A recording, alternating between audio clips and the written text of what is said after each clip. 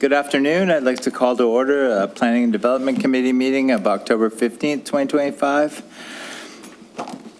Niagara Region and Grimsby are situated on treaty land. This land is steeped in the rich history of the First Nations, such as the Hattaway-Wendourong, the Haudenosaunee, and the Anishinaabe, including the Mississaugas of the Credit First Nation.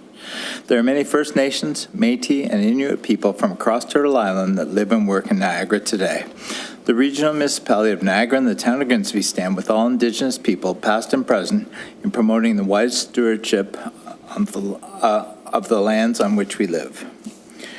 Are there any disclosures of pecuniary or non-pecuniary interest? Seeing none, can I have a mover and seconder to approve the agenda? Moved by Councillor Drew, or Member Drew. Sorry, I gave you a promotion. Second by Councillor Frake. That's not a good promotion. Moved by Councillor Drew, or Member Drew, second by Councillor Frake. Resolve the agenda for the October 15th, 2025 Planning and Development Committee meeting be approved. All in favor? That's carried. Can I have a mover and seconder to receive the previous minutes? Councillor Frake, Member Drew. Moved by Councillor Frake, second by Member Drew. Resolved that the minutes of September 17th, 2025 Planning and Development Committee meeting be received. All in favor? That's carried. All right, no delegations, no consent reports, discussion reports. Can I have a mover and seconder to get the official plan process update on the floor for discussion? Moved by Member Potter, second by Councillor Frake. Moved by Member Potter, second by Councillor Frake. So Harold's going to present? Terry. Terry's going to present. Okay, Terry, come on up to the podium.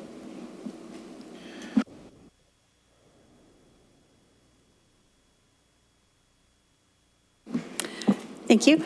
This is just a sort of an update report just to give committee and the public and council just a sense of the timing for the next steps for the official plan review. So the expectation is that there will be a draft of the OP out at the end of the month, early next month. We'll have a series of public engagement opportunities to allow people to understand better what's in the official plan and review it and examine the policies. We're anticipating to have the statutory public meeting in February, March, and then following the timelines in the Planning Act. And then we're anticipating that the adoption of it will probably be going to council sometime in June, like May, June in that timeline. So that we just wanted to give an update to everyone because we've had a few questions. So we want to make sure people are aware of what to come forward. So we'll have, when we have finalized details of all of the engagement events, they will be on the Let's Talk Grimsby page. So there'll be plenty of opportunity for people to get more informed about those events. Perfect. Thank you, Terry. We'll wait for Harold probably before we have any questions. Moved by Member Potter, second by Councillor Frake. Resolved that the report PA 25-34 official plan process update dated October 15, 2025 be received for information. All in favor? That's carried. All right, now we move to the presentation. Harold, welcome to the podium to provide the Next Gen initiative. And we heard that you can do it in 15 minutes. Yeah, well, I am.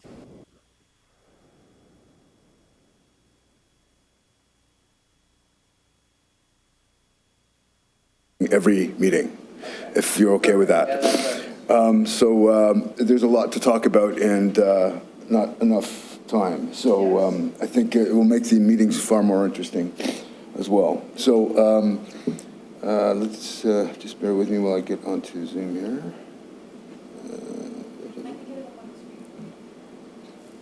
What's that? With my computer? Instead of going through Zoom? Yeah, have you logged into Zoom yet? No.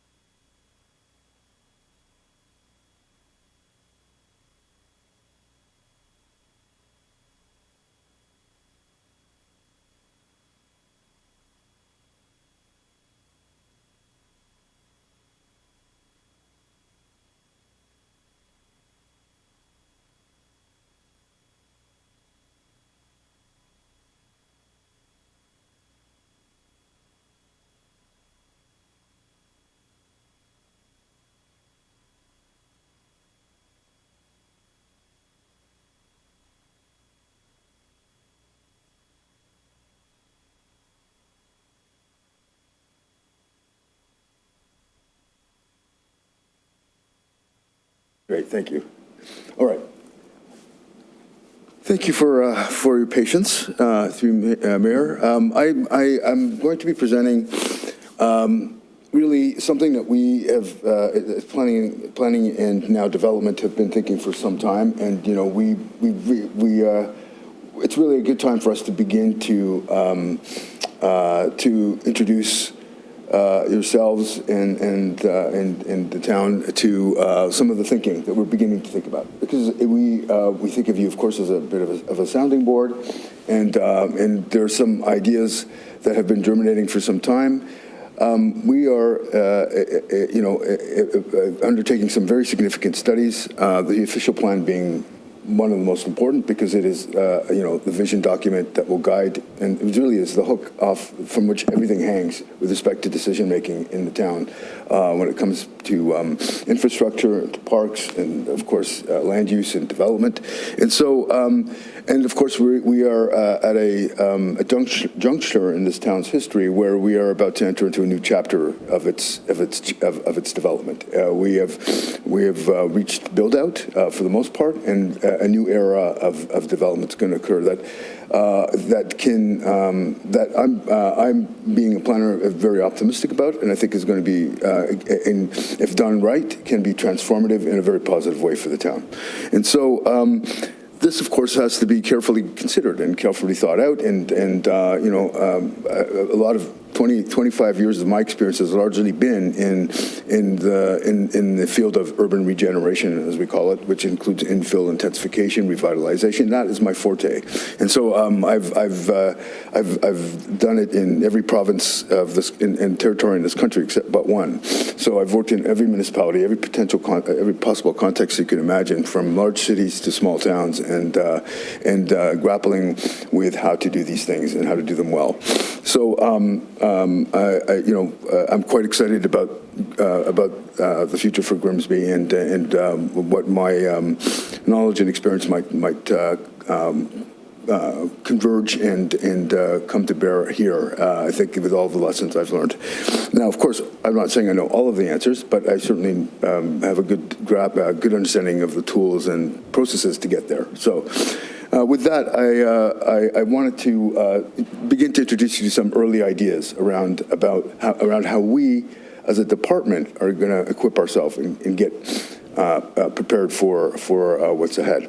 So this is really beginning to do so. We are in the process of undertaking our own strategic planning exercise and also setting up our own priorities, given what we anticipate ahead.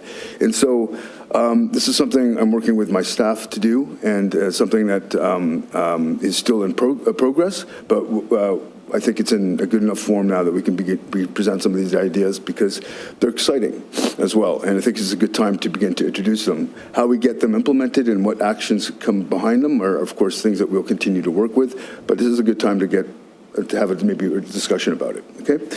So with that, if we can move to the next slide.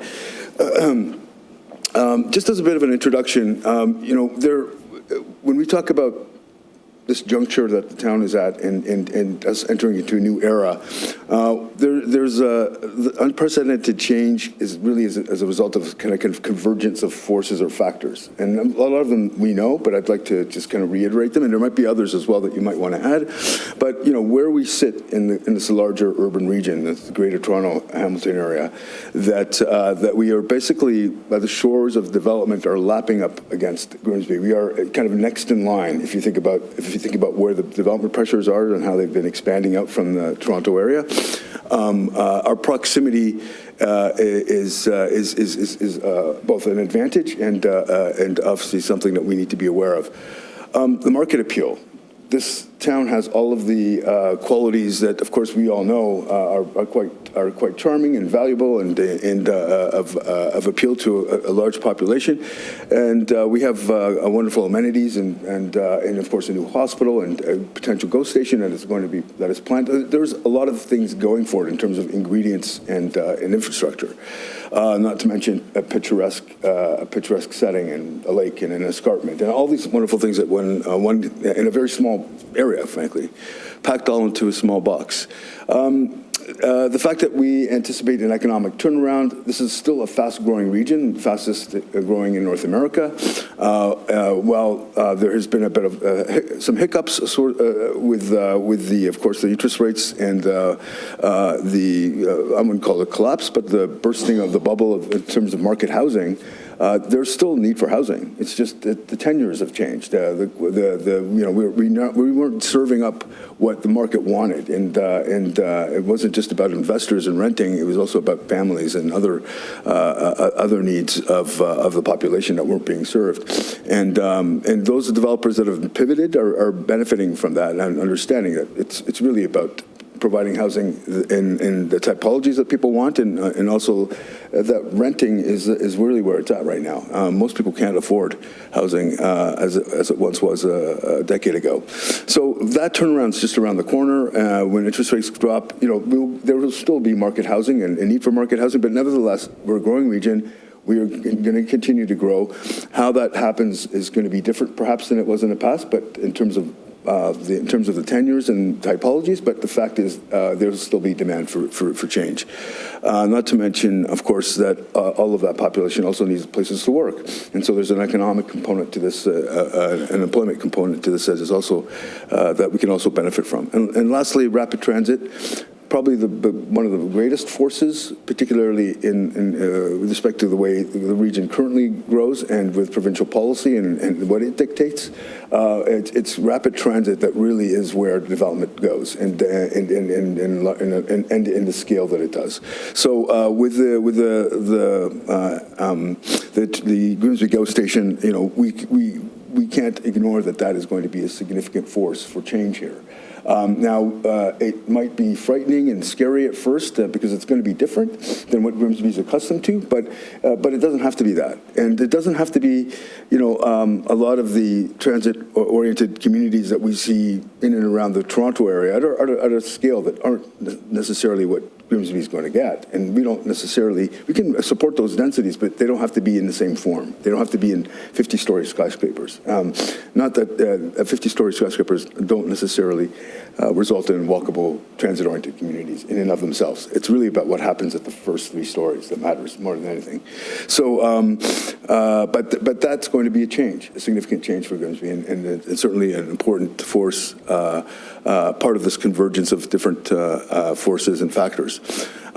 So acknowledging and preparing for this tremendous growth is really important to ensuring that we manage it well, and that it occur in what I call well-mannered and desired form, and that most importantly that whatever happens here, we are reaping benefits from it, that there are great benefits that come with this development. It's not just development for the sake of development or density for the sake of development, or density for the sake of density, but that with development, there can be benefits, and we need to make sure that we are extracting those benefits. Next slide, please.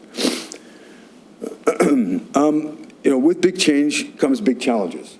We can't deny that. Given that we're largely built out, we know that much of this growth and change is going to have to be accommodated within existing urban areas. Past experiences in the GTAH offer some very important lessons and hints at some of the challenges ahead. We already know, given some of the applications that I won't mention, but they've been somewhat controversial, and we know which ones they are. So, as of right, development occurs in the neighborhood, and it brings out a lot of emotions and a lot of organized resistance to that change. And so, and that's in this case, in some cases, it's just a house in another house in the neighborhood, but it has an additional story, or it wasn't what people anticipated.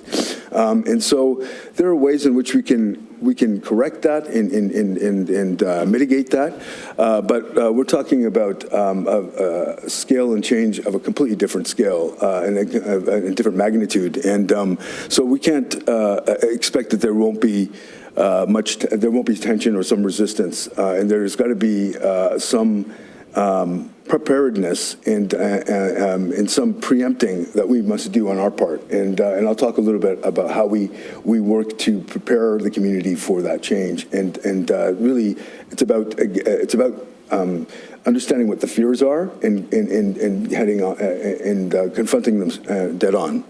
So the other thing, of course, is that, an option of no change isn't an option. There isn't,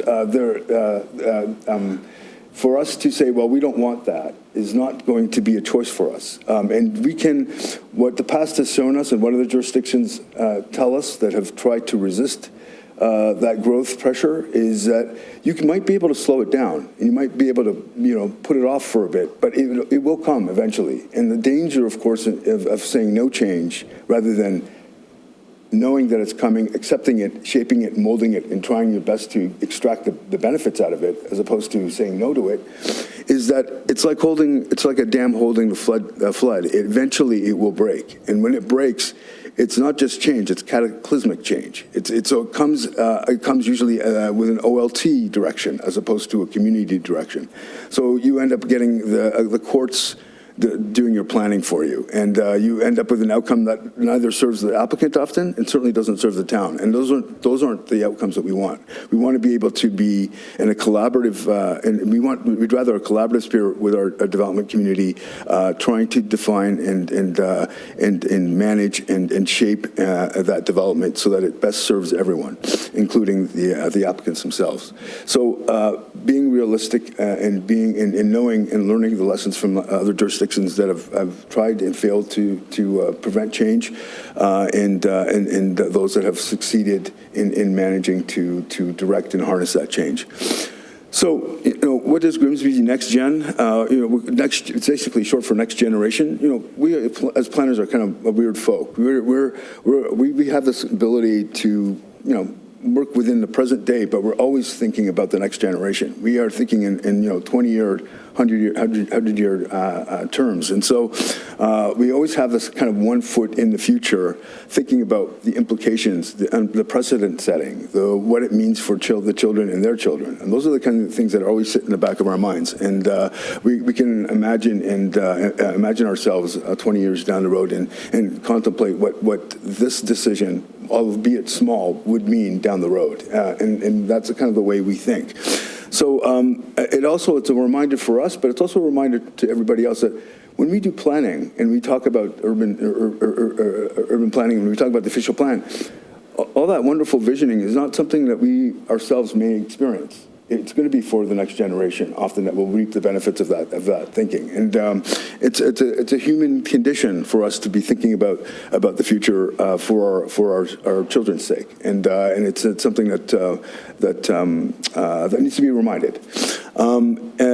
Nevertheless, what we're doing here is, as part of this response to this tremendous opportunity around changes occurring in Grimsby, but also the challenges that come with it, we're thinking about three interlapping kind of strategies. One is the departmental strategic plan, our own strategic planning exercise, and I'll talk about what that's comprised of. And I talked about the town building priorities, which are supporting what we call town building vision and objectives. So when I say town building, whether it's city building or town building, it's about great town building. What is that? Really coming to terms with that. And when we talk about town building vision and objectives, they're broad terms, they're motherhood statements, but I'm going to suggest to you in a minute, in the next slide, that there's something that's very ambitious in what we're trying to do, but I think that I feel quite strongly that we'll have some broad appeal, and I actually think it's actually achievable.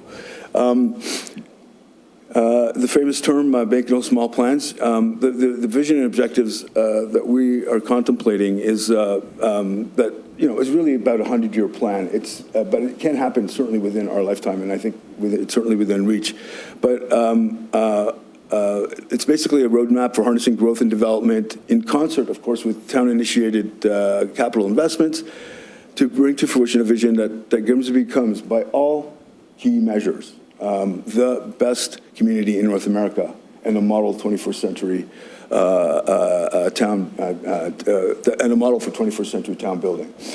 That's the goal and objective for us. We actually think this place can be, and for a variety of reasons, I'm not going to go into all of the details, but we were nearly the best community in Canada. I actually think we can be the best community in North America, and we have all the ingredients to do that. In large part because, from a planning perspective, unlike Hamilton and Niagara and other places around us, we aren't trying to undo 30, 40 years of bad planning here.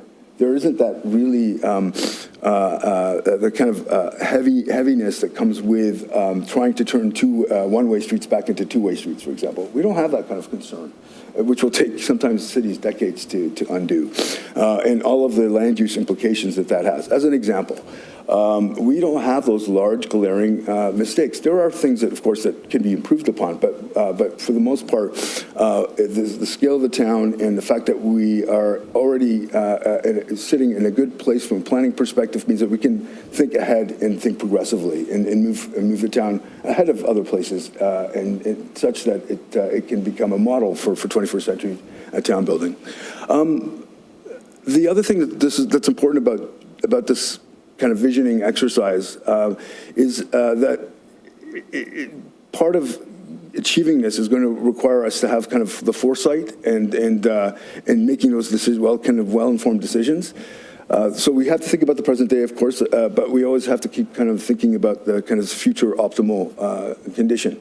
The other important thing about this vision is that it needs to be kind of a physical plan that comes with it, because part of it is also about understanding what the decisions that we can't put barriers in the way to achieving certain things. And I'm not going to, I'll be a little bit, I'll give you, for example, I'll give you an example.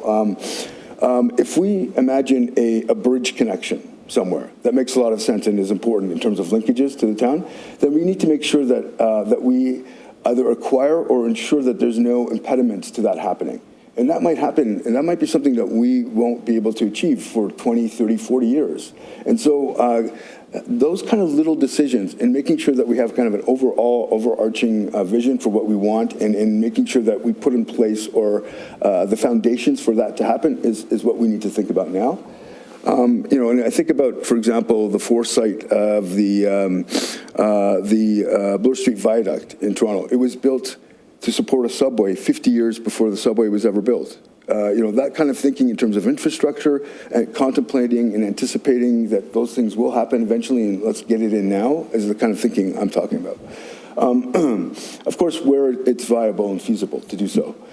So making sure that we keep that foresight in place. And some of the decisions that we have to be mindful of are advancing, making sure that whether it's small bits or in large leaps, that we're actually moving towards a particular direction that we want to achieve, that we're reinforcing all the important things that make us resilient to of course, whether it's climate change and to economic concerns, and that we're, again, enabling or preventing barriers from realizing those aspirations. And so those are the kind of three things that we kind of need to keep in the back of our mind as we think about this vision towards being the best place in North America and a model for 21st century town building.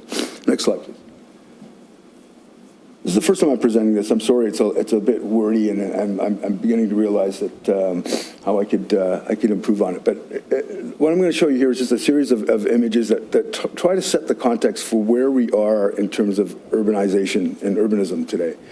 So it's not just Grimsby, but most places, particularly if we look at this region, greenfield development is not, it's completely flipped. Greenfield development isn't where most of the development is going on. You have these pockets, I'll call it, in Niagara region especially, I believe, like Lincoln, where is it that they're still building like housing in Greenfield? It's like one of those rare examples. Is it Welland? Thorold, right. So, that there's a lot of development going on, but it's in Greenfield, but it's not, that's quite unique. It's not happening in the same way it used to 20 years ago in the GTA. Much of it is happening in what we call, urban regeneration. It's either urban intensification, revitalization, urban renewal, reurbanization, or retrofitting and repair, I'll call it. That's kind of the 21st century urbanization that's going on in this particular region. Next slide, please. That kind of development is resulting in kind of what we call aspirations, and you'll hear these terms in a different way.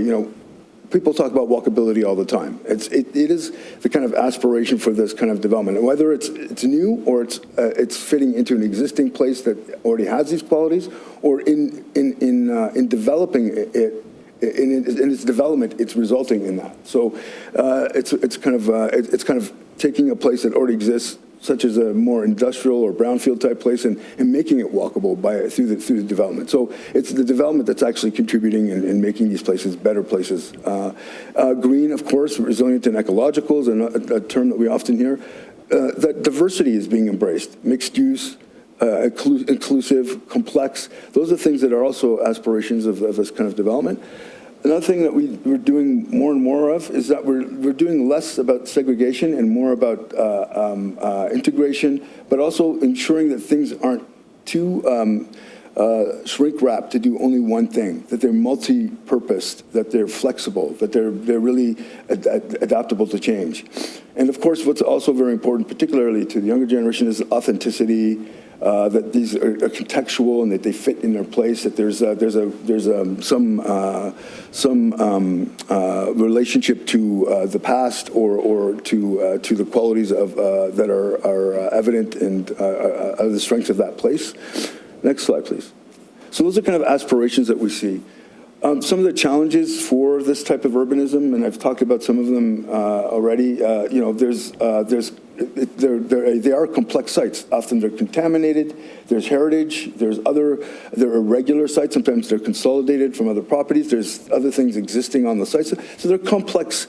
They're complex places to be doing development. Of course, they're always in contention. We have NIMBYism that arises. There's often politically charged processes because they're adjacent to neighborhoods, and people often are afraid of change, and so you often get contention.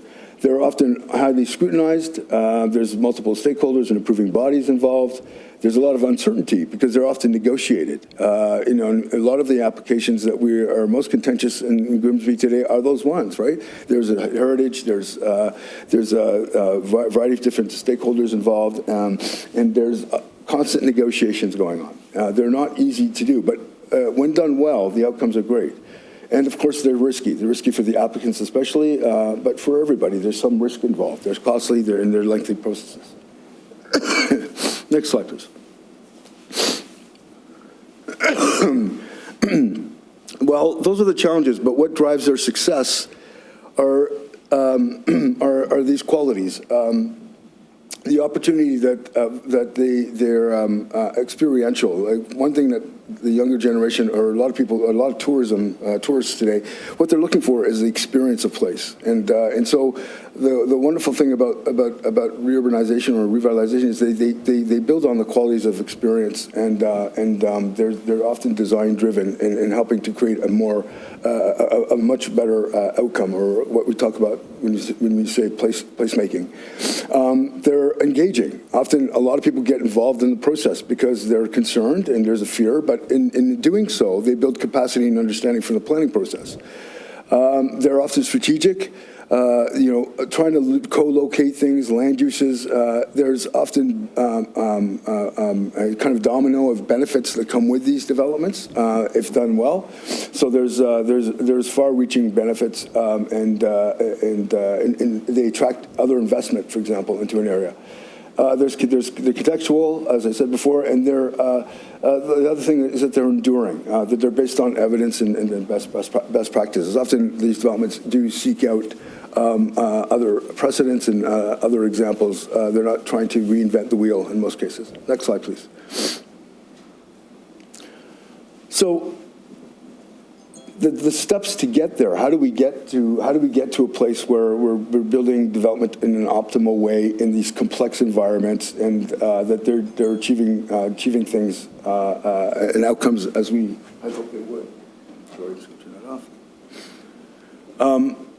I'm calling this an intensification readiness strategy, but obviously we need a vision and a framework that's very clear in terms of our intentions, and we need absolute transparency. We need the public at large needs to know what the outcomes, the built outcomes are that are being envisioned here, and where does that go, and in what form does that take, and they need to be part of that exercise. The planning toolkits that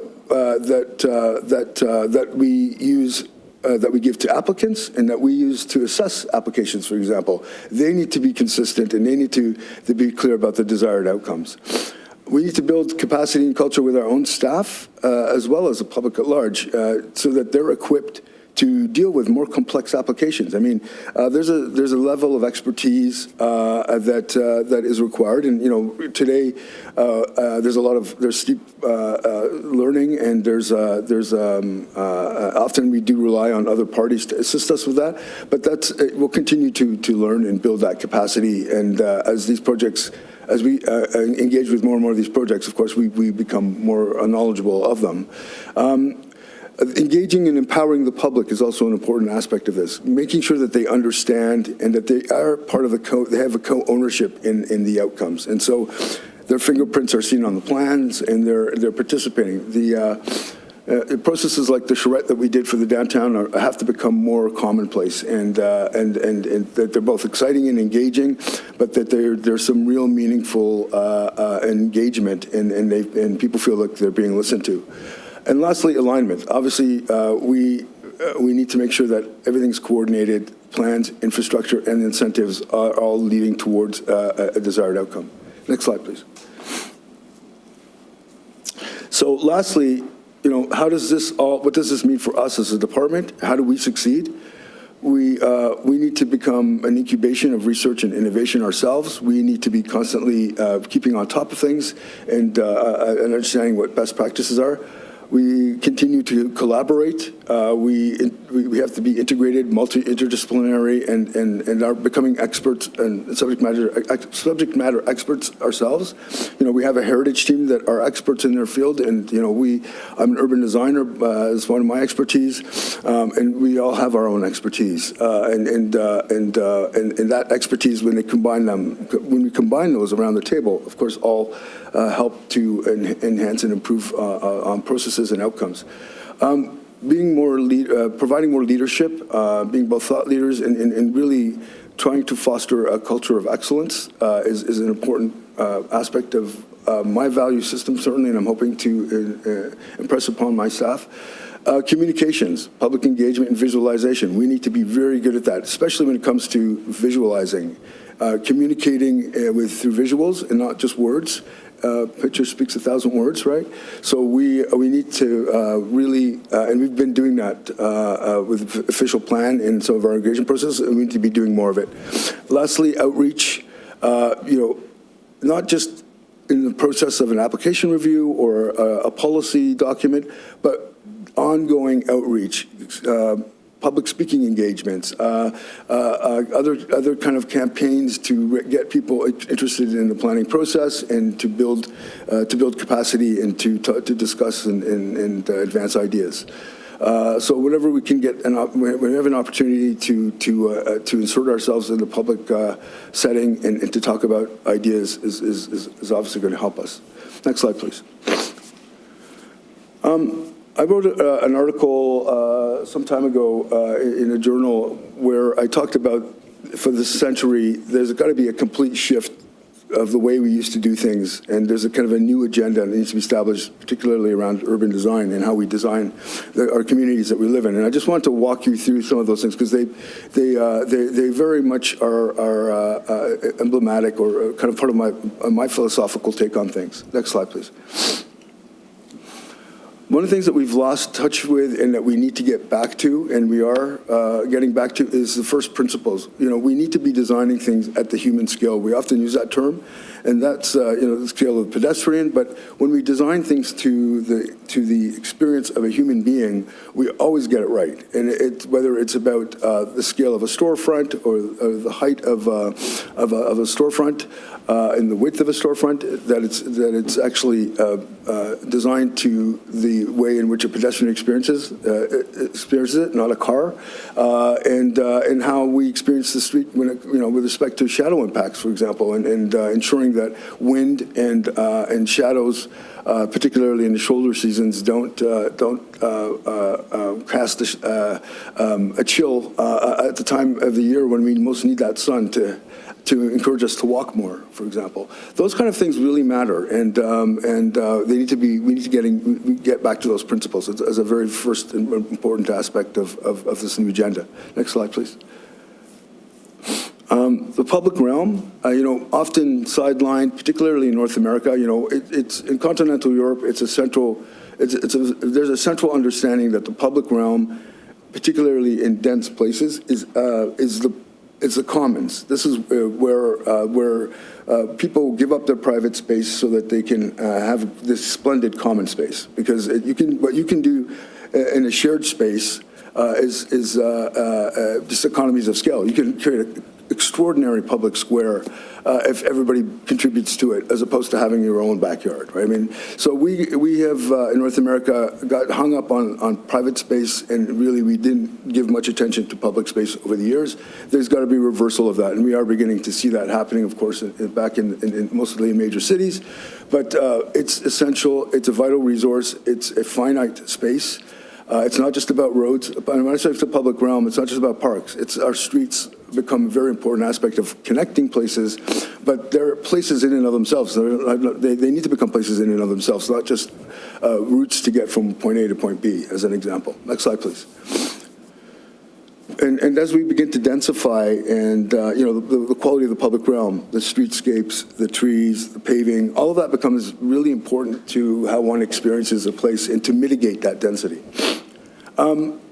Authentic and character-driven placemaking, that we need to really get back to creating places that are identifiable, that are unique, that architecture can contribute to, that heritage can contribute to, and helping to make places more legible and that people can feel that they belong to a community. Next slide, please.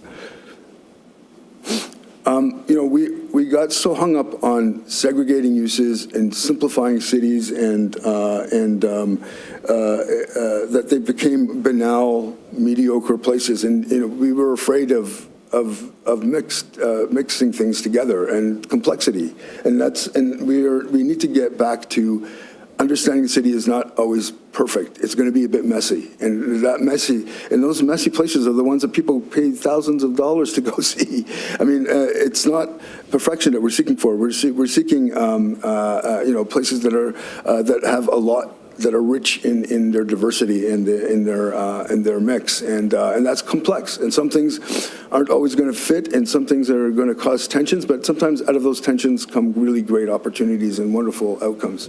And that's how you get fusion in terms of food, when you have a collision of different cultures. And so the messiness isn't always a bad thing, and so we have to become a little bit less afraid of it. Next slide.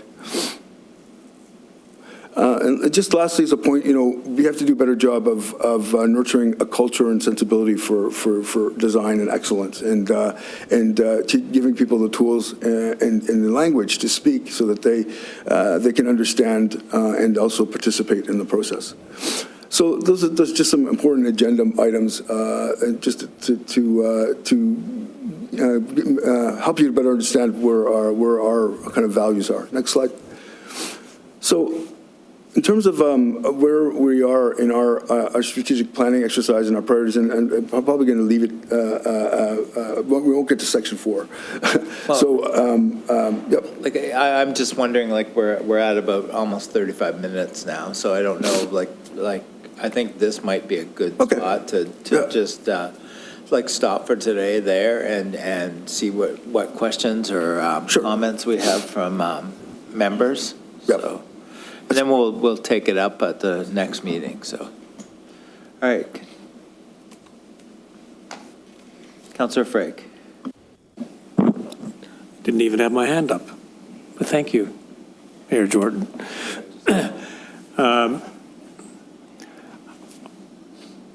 I love the plan. I think you've touched all the bases in great detail. But one that stood out for me the most, because all of those things are great, and we want to do all those things. I think we need to do them in some kind of unison. But the one thing that we need more than anything else is the type of leadership to get us there. And I don't I'm not saying we don't have the leadership now, but the leadership needs to be really out there in terms of, how they see the world and how they see Grimsby fitting into that world and how we bring the world into Grimsby. Because you're right, we can't just shut the doors. I mean, Grimsby has woken up. I mean, as I always say, this is not a sleepy community anymore. We're being noticed. And we need to put the plans in place, and these plans need to be long-term, with short-term, obviously, actions to get there. And I hope that we have a plan in place to build the right leadership around making this happen, because that is so, so important. Because if we want to grow this town, we want to grow it right. We have to have the right type of economic development, the right type of housing, and the right type of transit, and all those things that bring the community together and knit it together and make it very effective and very efficient. And at the same time, make us connected to the rest of the world, because and you've touched on transit and how important that was to this community. And there's a number of transit potentials that are coming down the road. I think you and I talked about one of them recently.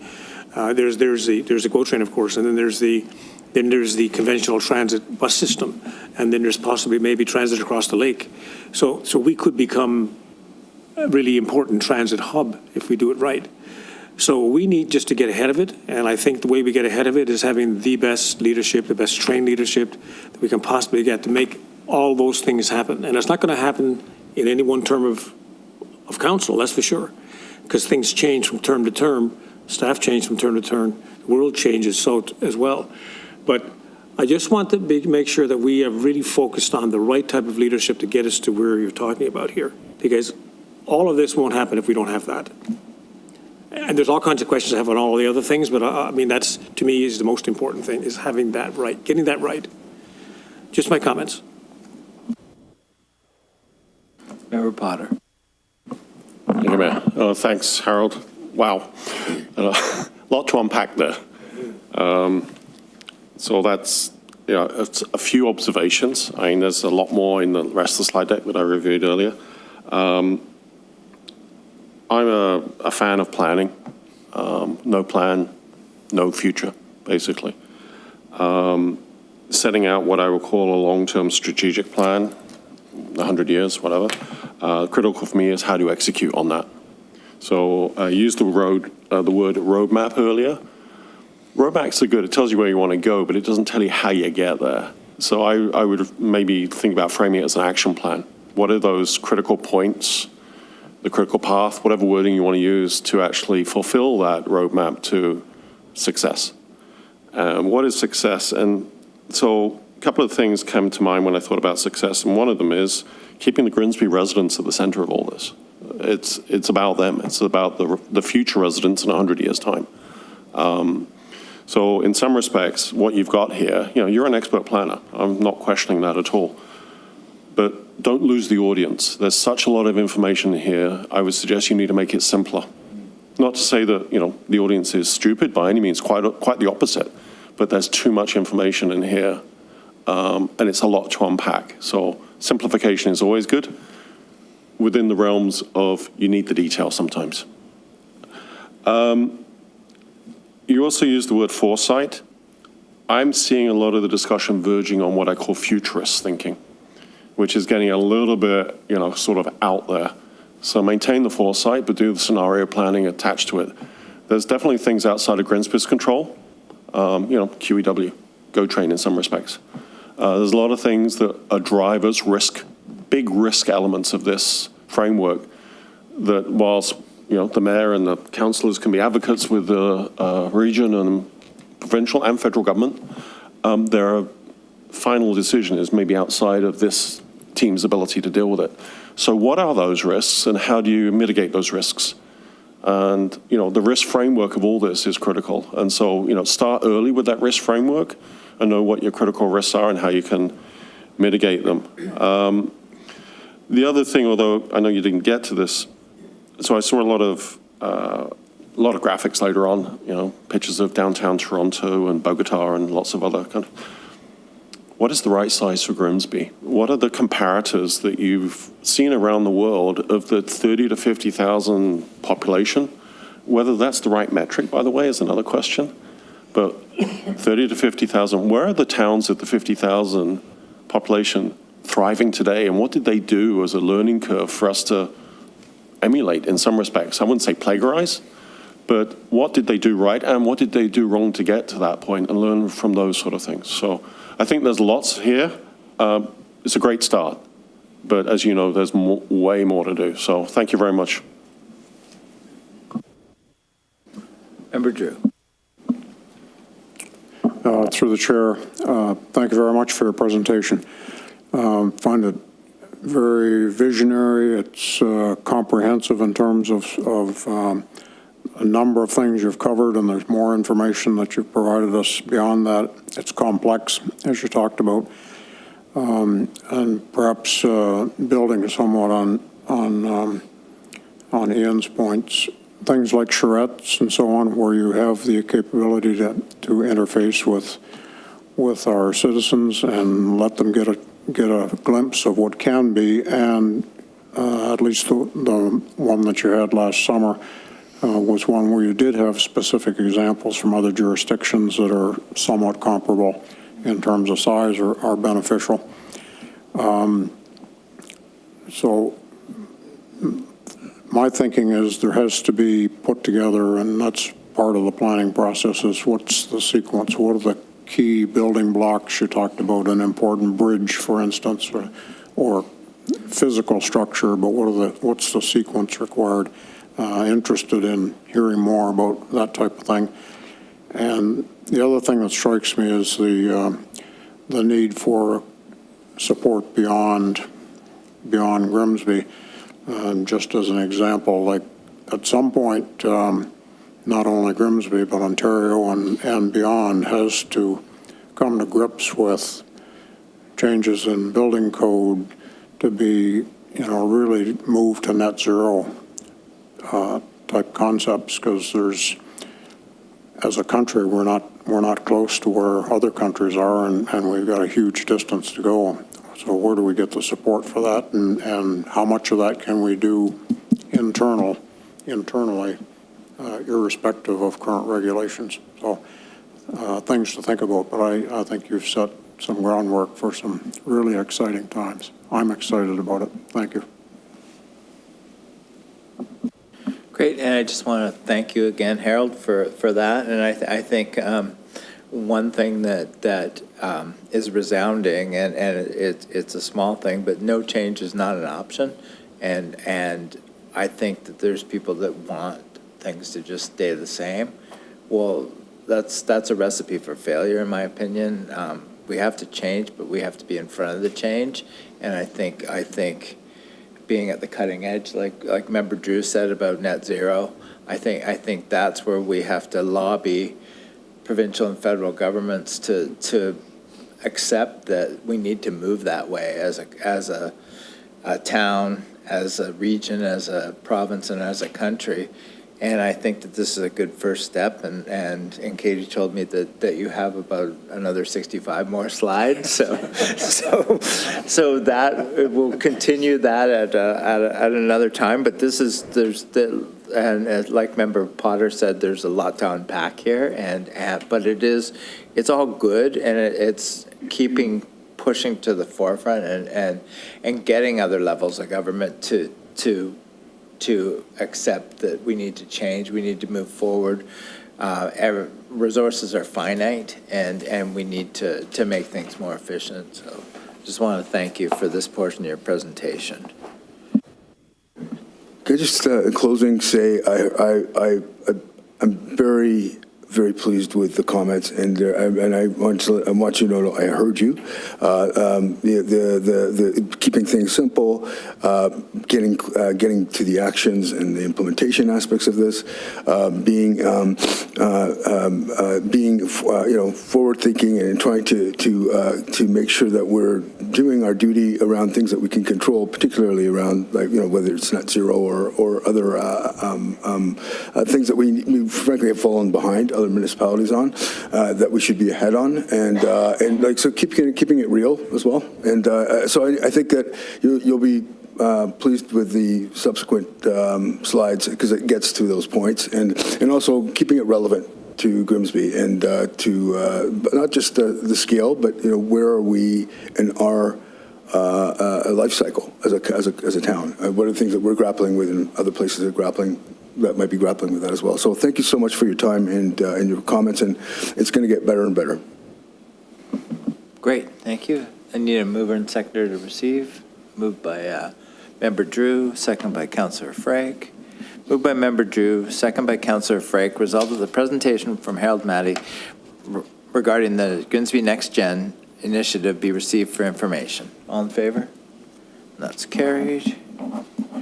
No correspondence today. Any other business pertaining to the committee? Seeing none, next Planning and Development Committee meeting is scheduled for November 5th, 2025 at 5 p.m. Good evening, everyone. Meeting is adjourned. Thank you and good night.